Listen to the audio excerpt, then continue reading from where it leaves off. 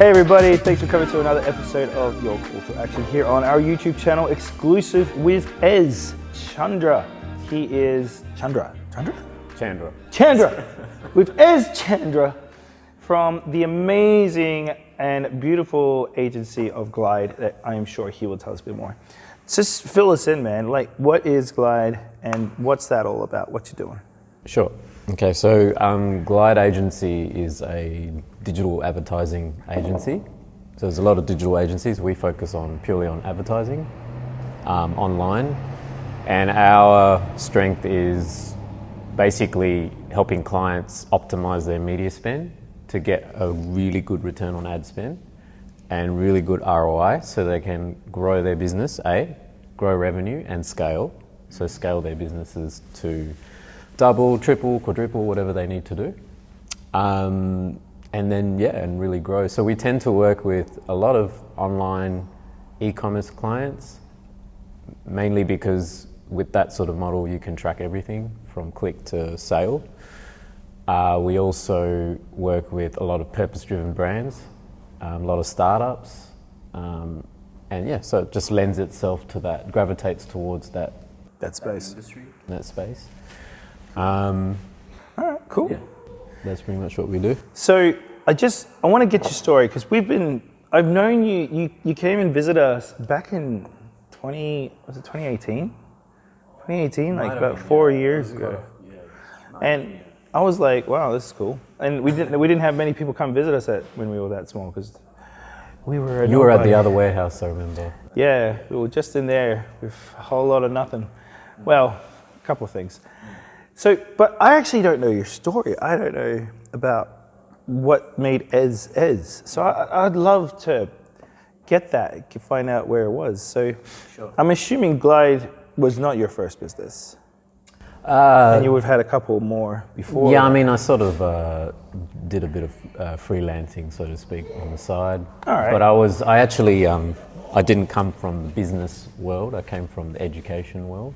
Really? Oh, so what happened? So what did you study? What was your degree? Well, I did a degree in multimedia at Murdoch, but I also went on to work at a university level. So I was doing a bit of teaching as well.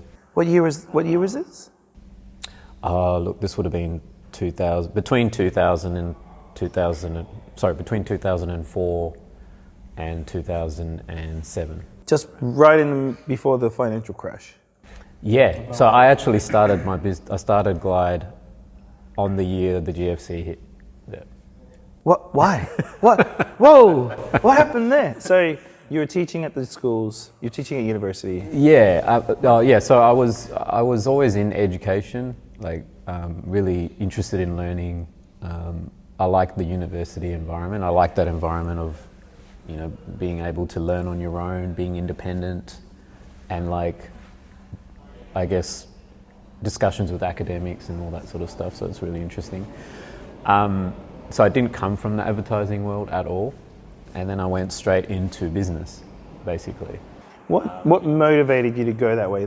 What changed your mind to think I'm going to work? I really enjoyed my degree. I enjoyed multimedia, working with, graphics and working on Macs and doing 3D animation and all sorts of stuff. I really loved that aspect of creativity, but technical as well.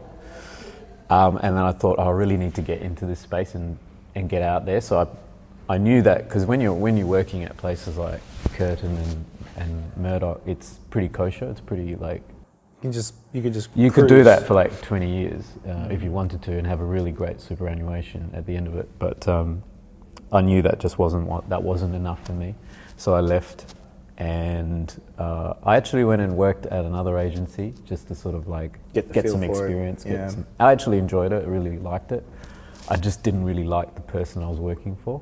It was a horrible experience. Was he a bit of a douche? Yeah, very much so, and just wasn't. Didn't have the greatest leadership skills at the time.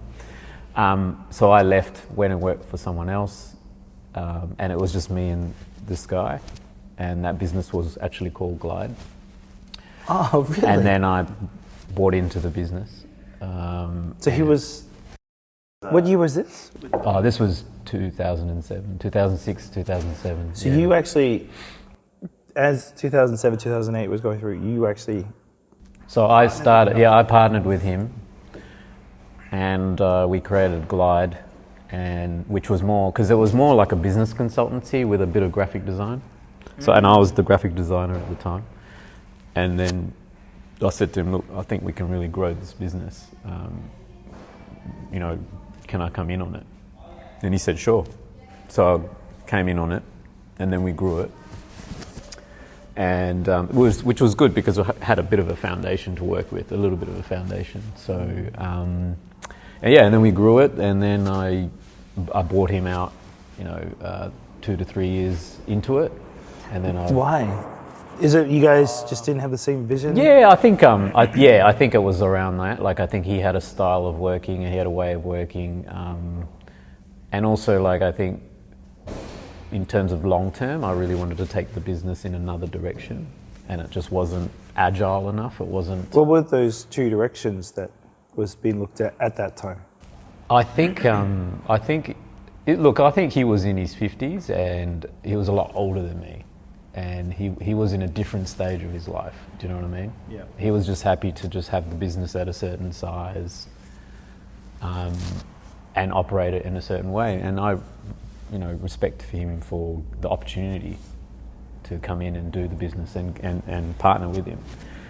But I think I was probably a little bit more driven, a little bit more passionate, focused on the digital aspect of things, and just wanted to just really take the business into another space. It's funny when you enter a business with another person, and you know what startups can be like when you enter into a business with another person.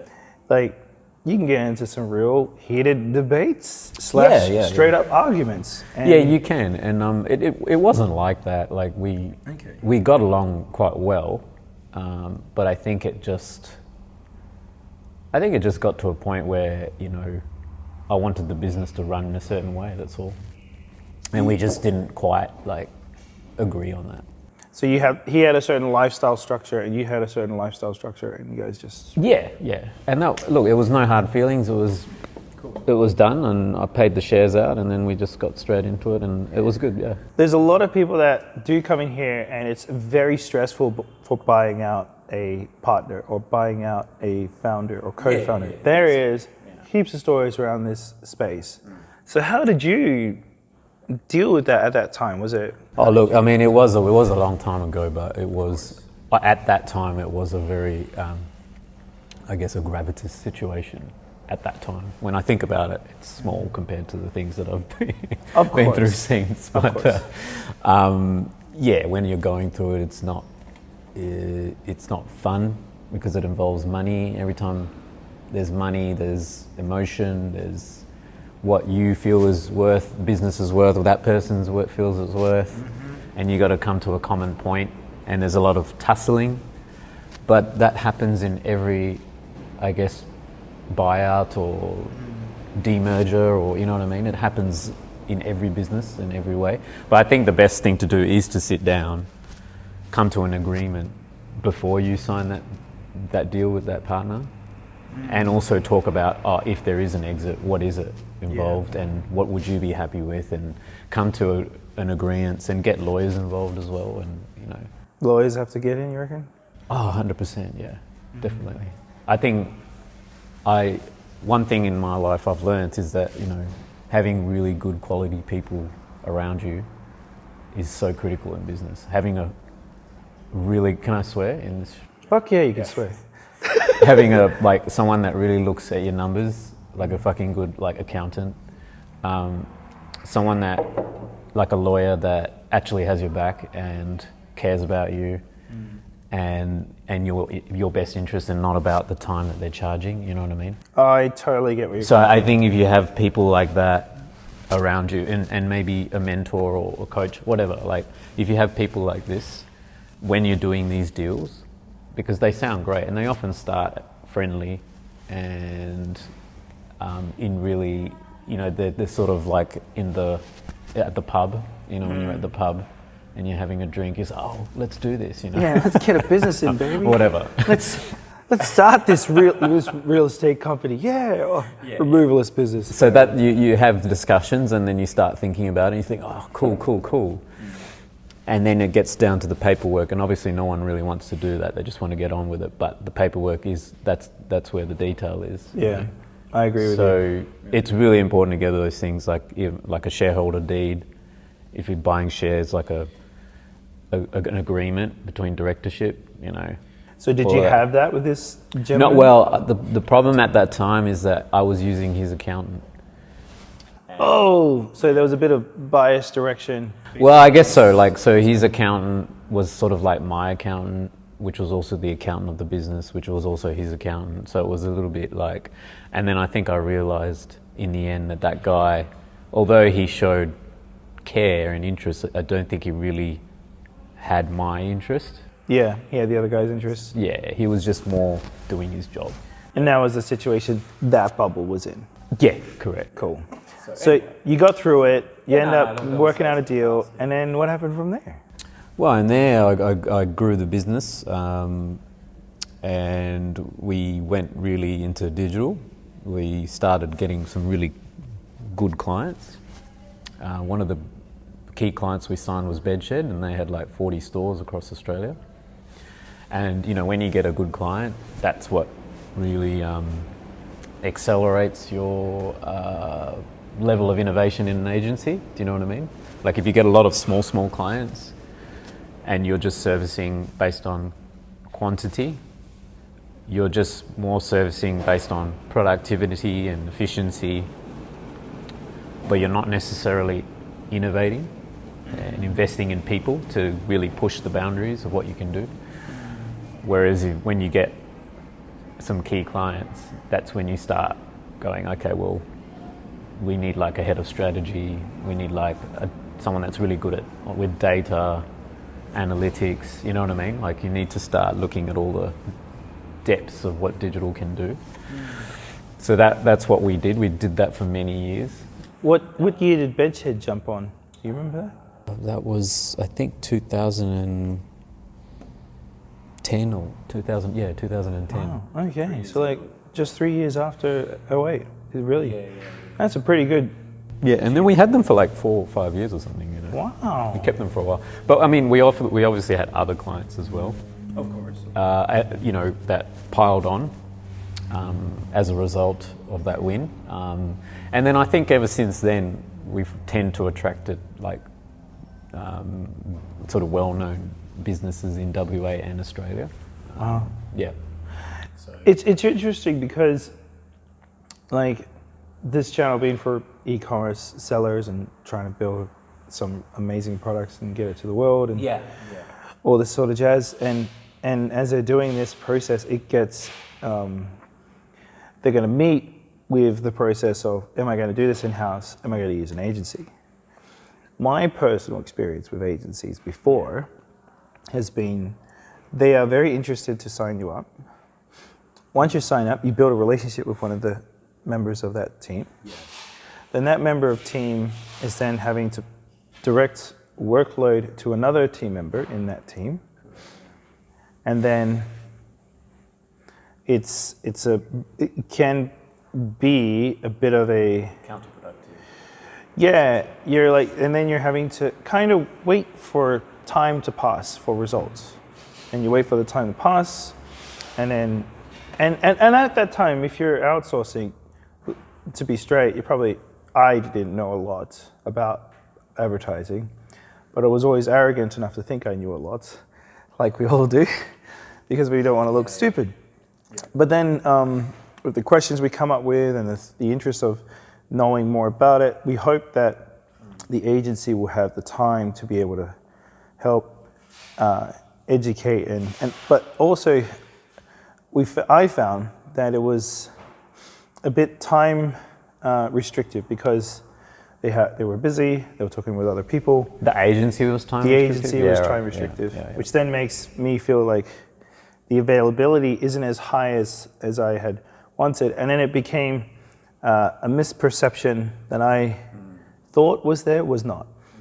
And so what I found is that when I did communicate with some of them, it was never yours, with the others, one or two, they would be very happy and talk about the win of bringing on another client and tell me about the win and make me feel like, oh, dude, we just brought on another business. It was amazing. It's like, oh, good for you. But what about us? we got stuff to do too. And then, and I get the guys riding on a high from a deal he probably just locked in. But then you feel like you're being diluted down of the person's cranium space. So then you feel like, well, is this the kind of situation I want to be in? Is this person genuinely have my full 100% interest in what I'm trying to achieve? Or is it split across, 10 or 20 other businesses? And that kind of is the experience I had. Well, you're on the other side of the fence. So so I agree with that, what you're saying. And it actually happens every day. And it's interesting because we actually get a lot of clients coming to us because of that reason. Because they're another number in their agency. And I guess a lot of agencies are focused on width and not depth. So what that means is that, like you said, they were celebrating a win. So for them, winning and celebrating and getting another account and getting another account and growing and growing and growing is the mindset of everyone in the business, you know what I mean? So, which is great for the people in the business because they're growing, and it's great for the business because it's making more money. But then you just become another number as a client because you're, 1 out of 100, then 1 out of 200, then 1 out of 300. And so you're being spread really thin, which is very, very common in agency world because, again, it comes down to the leadership and it comes down to people that run those businesses. If they're more sales driven, if they're more driven on like acquiring more customers each month and not focused on like servicing relationships, if that makes sense. Yeah, absolutely makes sense. So, and I guess the reason why we're a little bit different is because of that exact purpose is that we actually don't just sign everyone up. Like we actually say no, and we're afraid to say no. I mean, sorry, we're not afraid to say no. We're not afraid to say no. We just had a client the other day. We put the proposal through, and we had lots of meetings, lots of discussions. They came to our agency. We presented. We did a full audit on their account. We spent a lot of time.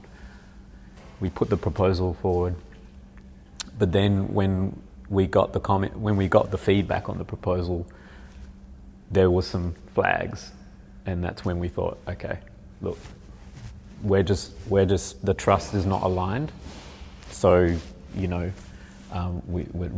can't. We're too busy. We're not going to be able to work on this and dedicate our resources to what you need. Does that make sense? Rather than let's negotiate. Let's try and make this work. Because what were the flags What's flags for you? What do they look like? We'll go into it, but I mean, cool. It was just more the fact that we're more, we value more the relationship versus just getting another client on board. And it's about width. It's not about width, it's about depth. So we want to get clients we want to work with clients that are really keen to build a longevity type relationship versus just getting some quick wins and for us having to prove to them that we're good enough. Does that make sense? Yeah.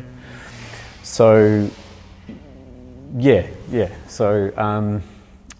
So I mean, some of the issues were, I think it's good because in our business we've been doing it for quite a few years, and when you put a proposal through, that proposal, it's well developed. It's taken years to kind of tweak it and fine tune it in terms of how you present content, information, pricing, everything. And even your pricing model, like you've got your pricing model. Every business has got their pricing model. But that's quite structured. Do you know what I mean? Like, it's package A, B, C, this is how it works, you pay a deposit or whatever it is. But I think when people start coming in and negotiating your pricing model or changing it, wanting to change it, to suit their experiences in business. Maybe they've been burnt, or maybe they don't want to take the risk. That's when there's warning signs, because that's like, if I did business with you, that's your pricing model. I'm not going to change it. I respect it. That's why we're doing business, because you've got your contract. You've had your lawyer draw that up. You know, you've established that it's taken you years to set up this warehouse. So my respect to you is, okay, I trust what you're doing. Let's do it.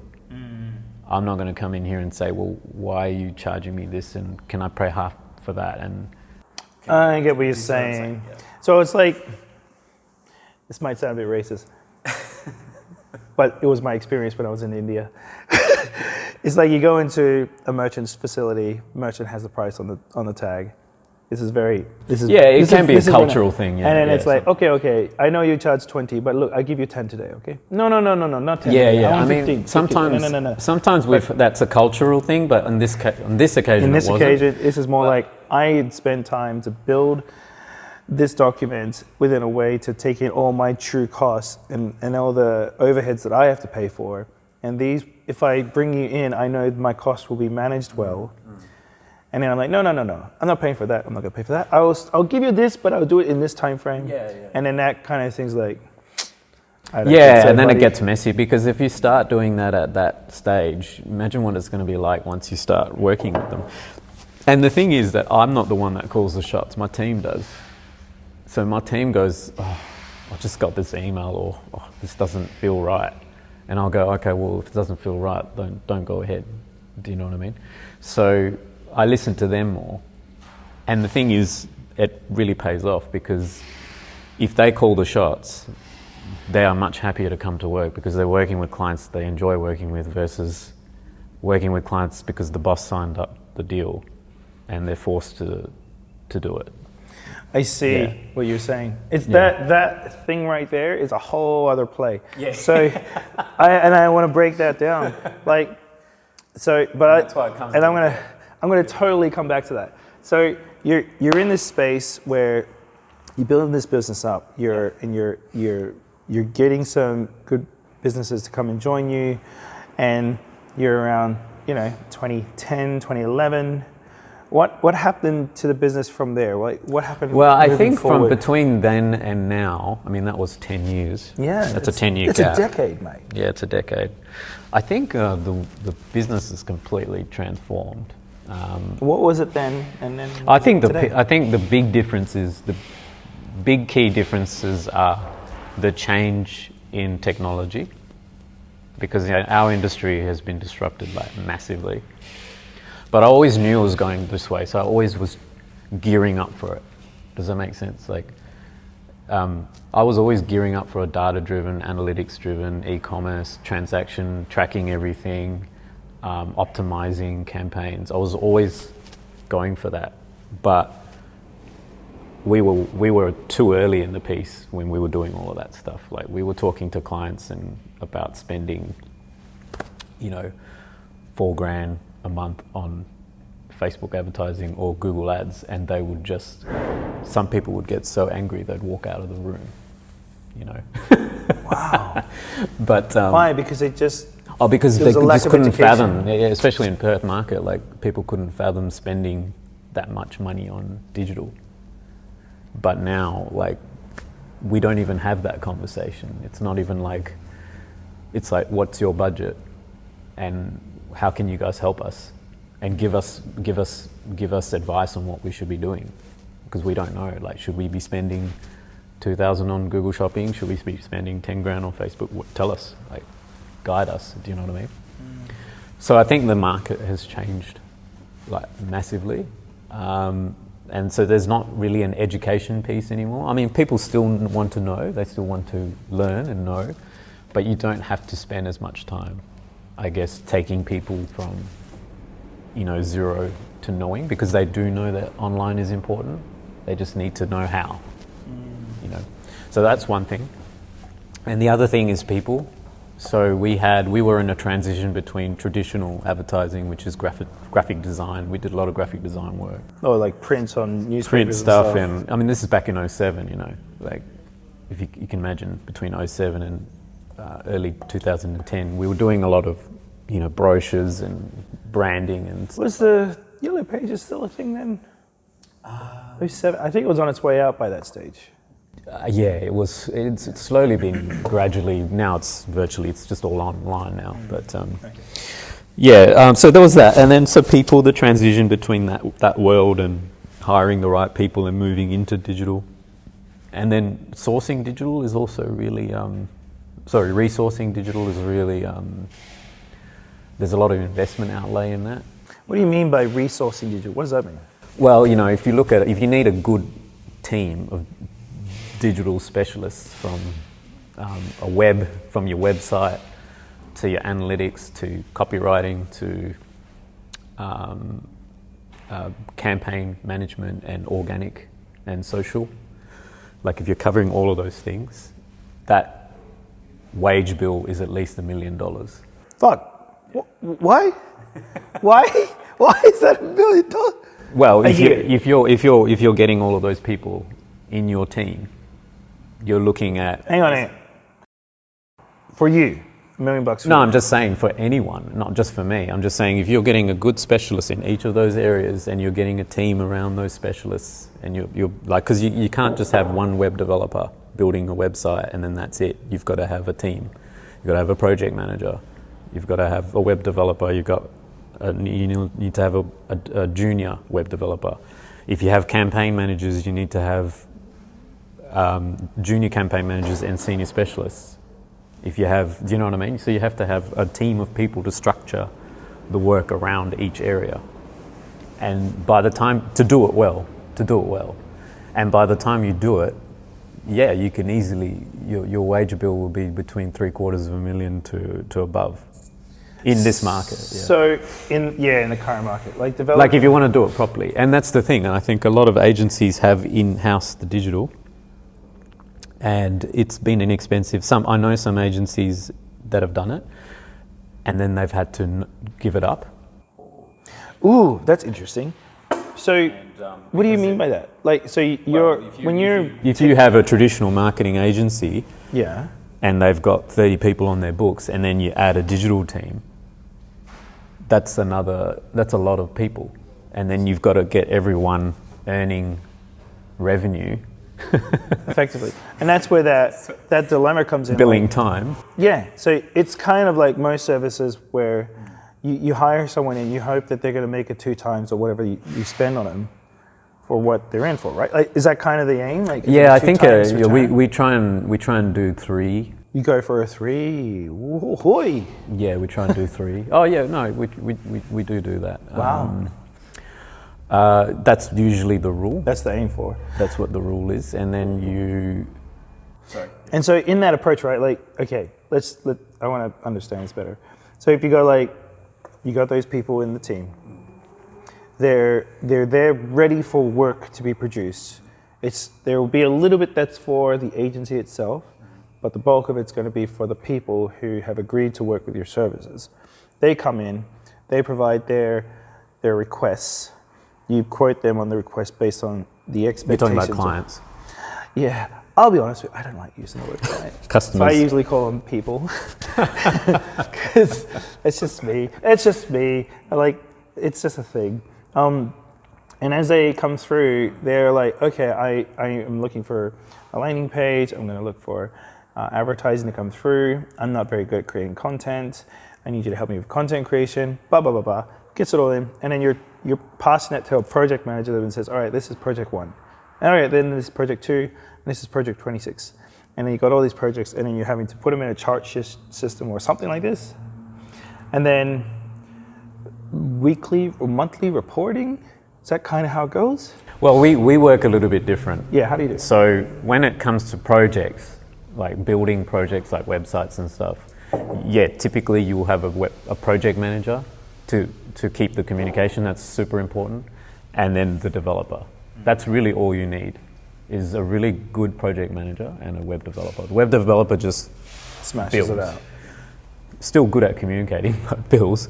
Our project manager's job is to keep the client updated and collect the brief and make sure everything's done properly, etc., and on time. With campaign managers, that's like that is typically what an agency will do. Is the same campaign manager would build, and they're the technical people, and the account manager will be the liaison between the person and the team. Right. What we do is different. So we actually have our campaign managers dealing directly with the clients. We don't. We have the account management aspect is in line with the campaign managers. So that way, our campaign managers, it's a speed thing. We feel like if customers speaking or if our clients are speaking to the campaign manager directly, they feel actually better. Yep, because makes sense. they're being heard. Yep. B, up to date. They're speaking to the expert directly, and they're not getting Chinese whispers and stuff like that, which is what happens in the agency world. And I understand that models come from the traditional model, like that traditional advertising model. Oh, is that where it started? Yeah, that's how. So this used to be how it was for print ads and oh yeah, TV, it still is now. radio. It still is now. Like every agency has an account manager, but what we try and do is we're finding that it's a lot better when our clients can work directly with the specialists. And that's also a good thing because the specialists aren't looking after 100 accounts. They've got their own set of clients that they focus on. It might be 3 or 4 or 5? No, it'll be more than that, but it would be enough for them to, and then once they hit capacity, that's when we go and hire another specialist and then so forth, yeah. What is considered capacity to you? Because I'm assuming the person, the developer, whoever it is, should know the people by name. Oh yeah, 100%. Not by company and all this sort of jazz. Yeah. And I know what it takes to make this content here. If I was to throw 4 or 5 or 6, if I got to 10, we're tapped out. That would be my impression. But what's your definition of a single person being maximized and then starting to lose it at the phrase? What I do is I try and keep the communication pretty clear between myself and the team. So I try not to put any hard metrics on it because it's not, at 20 clients we can get this. It's more a careful balance between how much media are you looking after, what revenue are those clients generating together, and how are you handling everything? How's things going? How's your communication? Are you feeling overwhelmed? Yeah. And if they hit capacity, they tell me. But you will get some people that can't obviously handle as much work as others. Yeah, that makes sense. But what we try and do is we tend to get people that are highly motivated. So when they come into the agency, we don't need to motivate them. We don't need to push them to the self-management. Add more clients. They'll take them on because they want to. And this is the thing, when you hire, what I've learned is that there are actually people out there that are already motivated. You don't need to motivate them. And they're the people you want. So if you can get people like that on your team, then it doesn't, the question of how many accounts does each person manage is not even a question. It's more, what do you guys want to do? Are you happy with the workload? Can you take on more? Sure, yes, no. Okay, well let's back it up and look at for more. Yeah. See, the thing, we're in a different industry, but so I operate a lot differently than most agencies. Yeah. Even though we're in a different industry, we operate with the same type of model metric in this regards to serviceability levels. So I'll just smash the mic there on my chest. So as e-commerce businesses bring their products here at the warehouse, the team that are doing the packing process, we tested what's limit. So the average limit right now with the current software we have was it's about 110 orders per person. We pushed it to 180 per person. And we had stress, we had people crying, we had people just really super upset, and bitching about other people not working as hard as them. Yeah. All that stuff starts to bubble up to the surface, and all I could think about is those reports I hear about Amazon workers losing their shit, or people in South Korea dying because they overworked. And there becomes a lifestyle balance needs to be there. And so we recognize, all right, at the current software system, 180, never ever again. So we have to bring in enough people so that the level stays around 110 per person. So that way, like you said, they come in, they process those orders, they're talking to our users who are using the service to be able to ship those orders out and write to them in a way that they still love them. Not write to them in a way like, you fucking asshole. Or I it's fucking like hate a that you're killing me slowly. a one sentence sort of response. Yeah.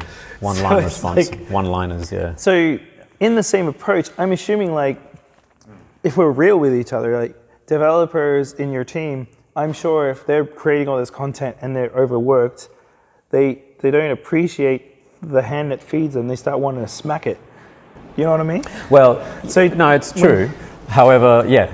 I mean, they never say that. No, yeah. I mean, the campaign manager's job is accountability. So that they wear that on their shoulders. When they come in the morning, the guys are like, they look at the results and they compare with each other and say, I got 7x, and this guy's like, I've got 14 ROAS on my campaign. So they're kind of like, they take pride in that, right? Yeah, right. So if at the end of the day, if they can't deliver the result, then they're not doing what they're able to do. And the result is ultimately what's really important. On top of that, it's the client relationship. If they can't nurture the client relationship, or if they can't keep the client on side, then that's also a problem. Yeah, Right? yeah. If you're stacking up client after client after client, and that obviously that serviceability drops, and this is what happens with a lot of agencies. So many. But going back to your example of the 180 per person, is 180 units? Yeah, how many orders going out the door? So this in is a what day? happens with a lot of companies, right? So an example of what you did was you became metrics driven because you were like, what's the number? Yeah. Your focus was the number, right? And a lot of companies do this. They focus on how many accounts can we get? What revenue can we hit this month? What's the number that we can get to per person? What capacity can we push, right? And when you become number focused, it builds a culture of, okay, we got to achieve, and then when you can't, you fail, and it becomes short term. It's a short term game. It's not a long term game. A long term game is not just numbers driven. It's based on people. It's based on culture. It's based on goals that you all come together and you think about. And it's based on, the environment. It's based on a lot of different things, but it's about the long term game. I agree. Yeah, Do you know I do what I agree. mean? I do agree with you. And when your staff are happy, if you set those goals in play, if you set those core values in place, and you have a really good culture, and if your staff are happy, you will end up making money anyway. Oh, that's a given. Yeah. Like, So I think that's the key difference, is that in business it's good to understand the numbers and know what you can do per person that's coming on board. But at the same time, there has to be a human element. I do agree with you completely on that. I just want to make sure we're on the same page here, because the background of that 180 was that my wife had to look after our son because he just got super sick, and then she had to pull out of the operations team for a while. And then there was 3 people having to deal with the capacity of that daily average. And when there was only 3 of them, they were under the pump, and that's a straight up understaffing scenario. No, but it's an example of when you push. Intentional. No. I'm not saying that. But that's It's cool. And what I meant was it was interesting to see, because before she left, we said, okay, guys, Vin's not going to feel too well. My wife, by the way, she's not going to feel too well for a while, and she's going to take care of our baby and make sure she's going to have some time down to just do some family stuff. And their team was like, yeah, we are okay. We're gonna do this. a week later, "Oh, it's so hard." And it's like, okay. And then you go for a hiring round and you start bringing more people to make everyone like, all right, we don't want everyone here until 6:30 in the afternoon processing orders. And so it was like in that sense, and it's a growth thing, like It is a growth thing, but I mean, all business owners go through it. Like, oh, absolutely. But I know, another agency that's very much metrics driven and a bit like that, and they do have a lot of staff turnover. Do you know what I mean? See, but that's so expensive, staff turnover. Well, yeah, and that's the thing, and your staff burns out, and people leave in droves, because you're just taking too much on. You're focused on metrics. You're not focused on. Again, you're focused on. You know what I mean? I really want to know the name of that business so bad to steer people away from the quality of service. No, but that what I just said is so common in our industry. Like, it happens across a lot of different agencies. So how? It's not just that particular agency. Like, it's a common, especially in digital. It's a very common thing. Yeah. It's just because people don't have enough knowledge about. There's a lot of churn. There's a lot of movement in agency world. People moving from agency to agency because of that burnout. Yeah. You remember Simon, who used to work here? Yeah. Hey Simon, if you're here. He got poached by the Bonfire boys, and because he was working here with us, Bonfire offered him a higher salary package than what we were offering, and it was just a straight up, yes please, and then jumped ship to that agency, which I totally respect because he's in another lifestyle situation, wants to get a house, get settled down, and it was amazing for him, and we supported him on his way. But it was just interesting to see that they're quick to jump across each other based on a cash point. Oh yeah, and I was like, wow. That's an interesting scenario. So when we put a job up, we obviously get a lot of applications of different people from different agencies, different industries, or even just brand new into the industry. And sometimes we do get people that come in from other, well-known agencies, and we ask them all the questions, and they're good at what they do. You know what I mean? They're really qualified for the role. But then we kind of go, well, why are you coming? Why are you coming across? And it's like, well, I'm really happy there. Everything's really cool, but I just don't feel like I'm valued enough. Like, I want more. Basically, I think that I deserve a higher salary or whatever it is, right? I just need to go to the next level. And we get that, we understand that, because when you're in a bigger agency, you're like another number, and everyone wants a pay rise. Let's face it. Yeah, everyone wants 120K a year. But I guess the thing is, if you take someone on because you're willing to pay them more, then that person will leave because they're willing to get paid more somewhere else. Mm-hmm. So, and then you set a standard. Yeah, exactly. Yeah. So you set a standard. So like when you take people, so you have, I mean, if you're desperate and you need that person, that's great. Mm. But then be aware that they'll leave you for the same reason they came. Yeah, exactly. Yeah. That sounds like, okay, so going back to your story, which it all connects, of course. So you're in the stage where you're transitioning across, and I remember you touched on really briefly when we actually did a presentation. I went and spoke at Ed's channel, which I'll put a link below. You should totally check that out if you want to hear me blah, blah, blah on. But he's got a great channel, so we'll definitely look at that. As you were sharing before we were talking, you were saying like how, talking about team and like you're in a good place with your team now, and I'm guessing between that 2014 space to today, you went through some team arrangements or like what happened during that I mean, process? I've made lots of mistakes and made terrible hires and been through lots of people. Let's do a micro fuck up night. Let's talk about it. What happened? No, it's just a lot of the things that we've already discussed, really. It's just hiring people and you know, hiring people that are really expensive because you need to invest. Hiring people who are not necessarily the right culture or the right fit, or what, you know, not knowing what your culture and your fit is, and then hiring people anyway.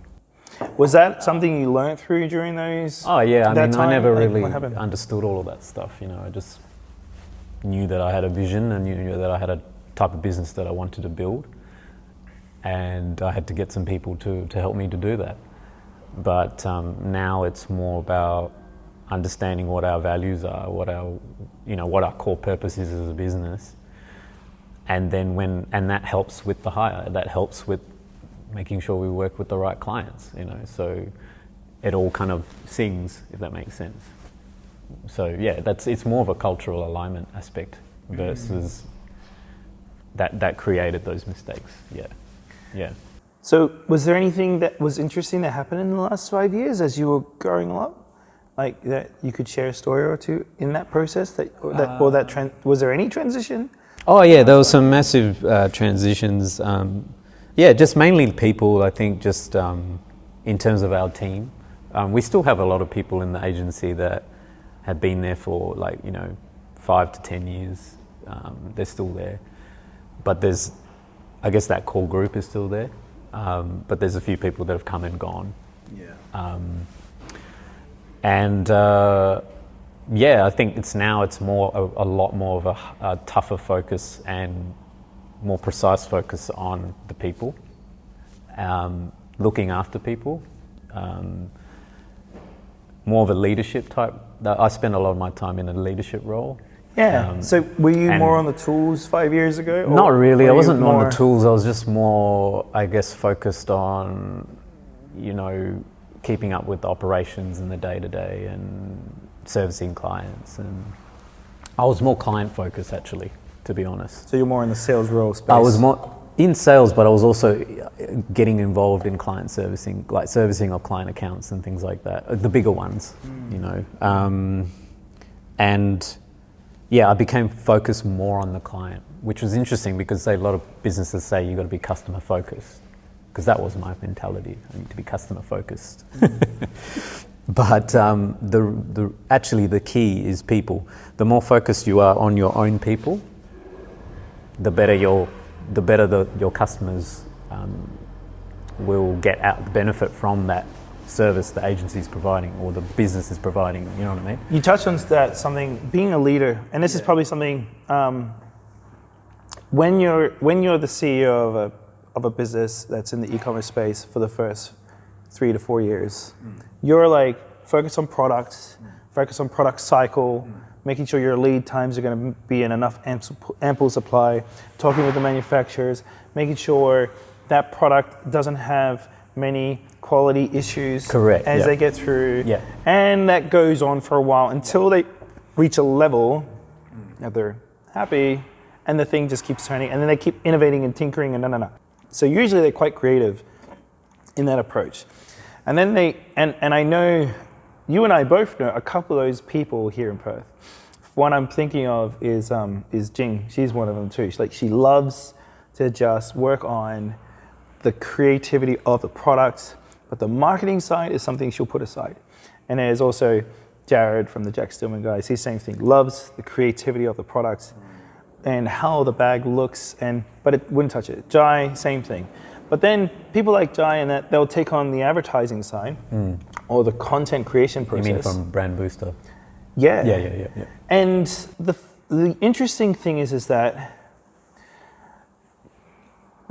it happened to me, and I'm sure it probably happened to you too. You want to have knowledge and the skill before you'll pass it to somebody else, because then you have confidence to know what is considered a good person at the skill, right?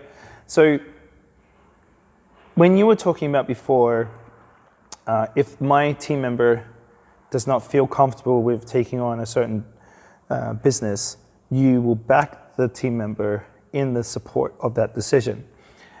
As some people will may override that because of that person's a friend, or this person has been with us for a while and I still want to keep this business going, 100%, all these things. So when did you gain Or how do you know when is the time to trust and release compared to keep holding on?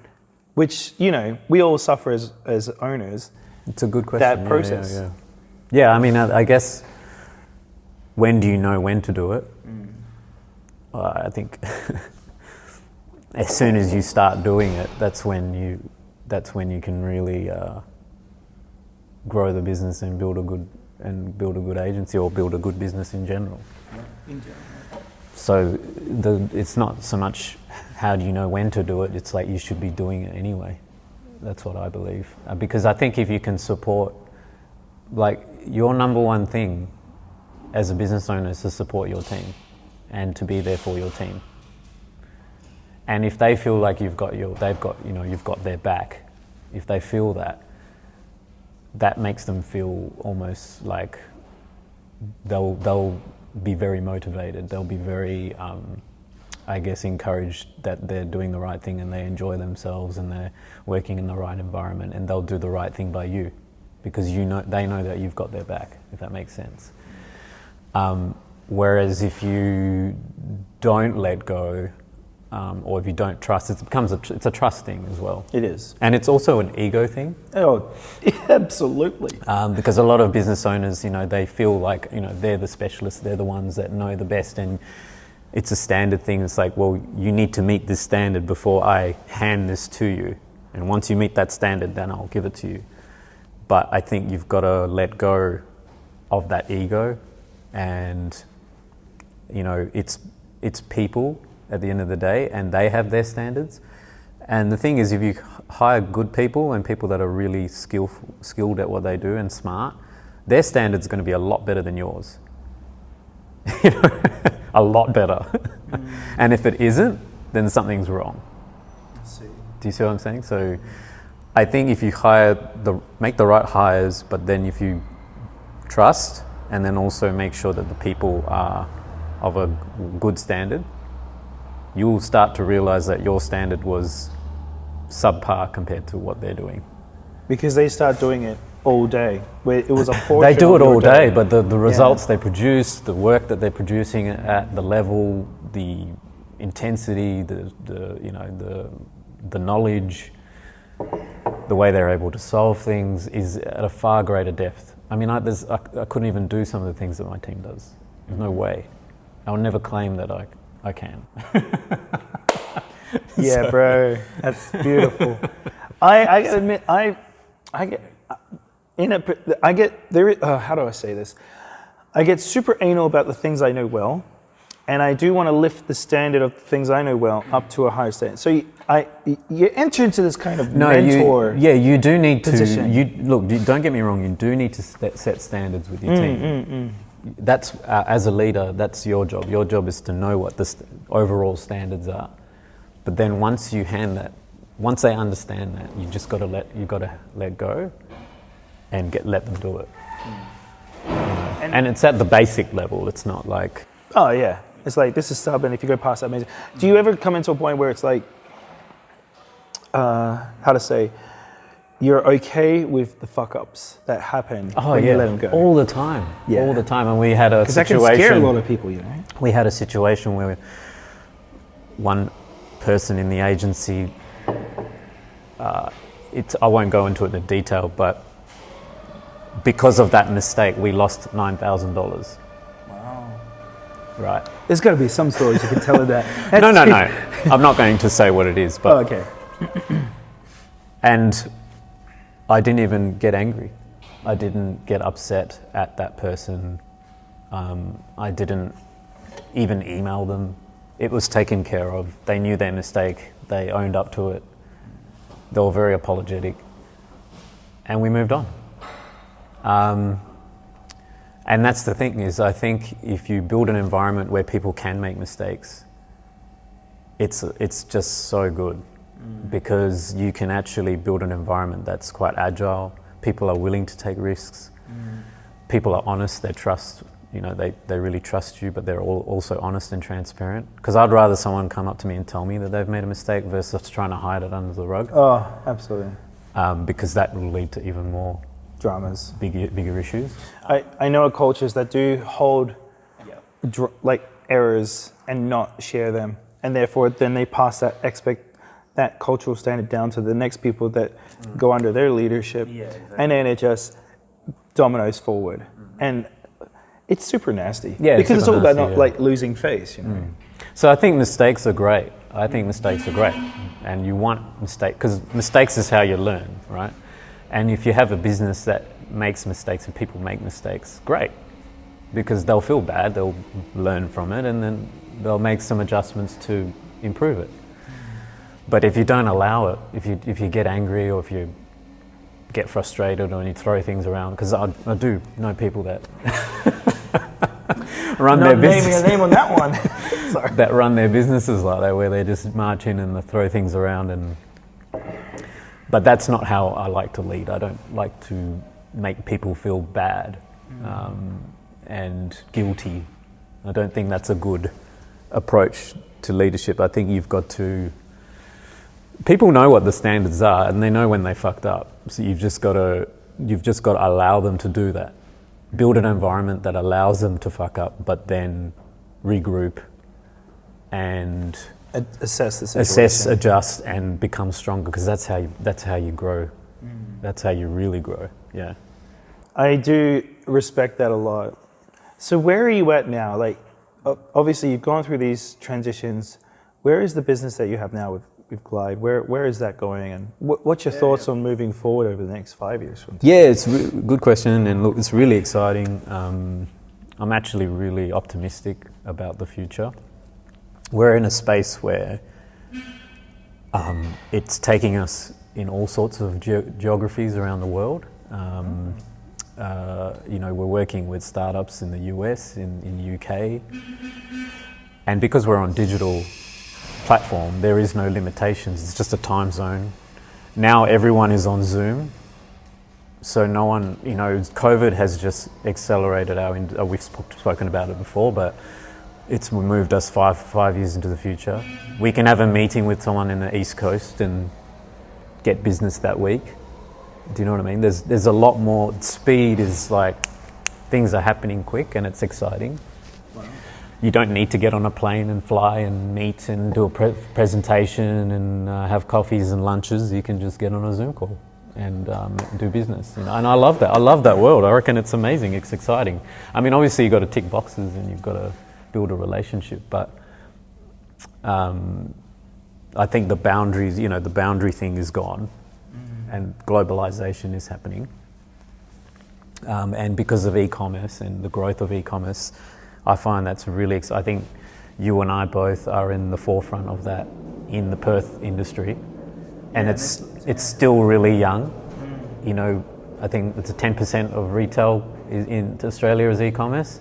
Yes, that's like, can you imagine in 5 to 10 years' time what we will be talking about, and stuff like that? I think we'll talk about Japanese levels, which will be very and the other thing is that we also work with a lot of startups, a lot of innovative companies that are not in the e-commerce space, but are, and the technologies that are coming into play, and sustainable-led type technologies, and the businesses that we're coming across is really exciting. There's new industries being created, which is super exciting.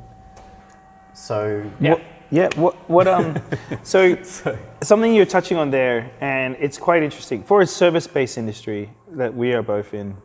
Yeah. When you were talking about like you having to travel a lot, that one has been super expensive to always having to go over it. So there's been more of an adoption change in regards to massively, yeah. A lot more trust, a lot more adoption to digital communication and Zoom calls and fluidity in communication. I think massive improvement. We actually don't do a lot of that, but I probably will start thinking about how we could implement that, because we're still getting. Well, actually, there's some there, I guess. So, all right. If that's your future and that's where it's going to go, it is super interesting to see where this goes in the next couple of years. Especially watching your journey, how you guys are growing, and what we're going to look at doing. We are in discussions of maybe combining events together and doing something special there. And that'll be really cool if that comes to be the future of where this goes. Because I do hold you in high esteem as out of PWS, the Bonfire Fellas, Zion, Alika, I don't give a fuck. Like, out of all these guys who I've had communications with, like, you're probably one of the most humble of them all. And that humility is very attractive. Like, you're not throwing around your weight. You're actually trying to meet where they're at, and you're trying to grow them. I'm sure the other guys are too, but you seem to. It's much more obvious with you, and I respect you for that in the thing you're doing. Thank you. It's nice. Yeah. So, for the people who are listening to you, I'm sure there'll be a couple that are burnt. So I'm hoping they'll come and have a chat with you and your team. But then, if they're having to work on this, and we usually finish on a call to action of something that they can work on. If they're trying to build their team, trying to go through this process, based on what we've talked about, what's something that you think they could action today to help build their business and what they're doing? Whether they're an e-commerce business or a... Yeah, an e-commerce business, like something, I know I sort of dropped it on you there. No, look, I think for an e-commerce business, I think you've got to, you're building a startup, so you've got to really, you've got to build that business as much as you can with your own hands, and you've got to do as much as you can, but you will always hit a limit where you're like, you've hit your stocking goods in your bedroom or your garage, and you need to get into a warehouse like this, right? And you need Jesse. Or the Facebook campaigns are taking up 2 hours of your day, and you can't manage it anymore, and you don't know how to scale it, or you've got career issues, or you've got customer service issues. So you'll hit capacity in different levels of your business. True. And that's when you need to really take the plunge and get partners and people involved that can lift your business to the next level. Well said.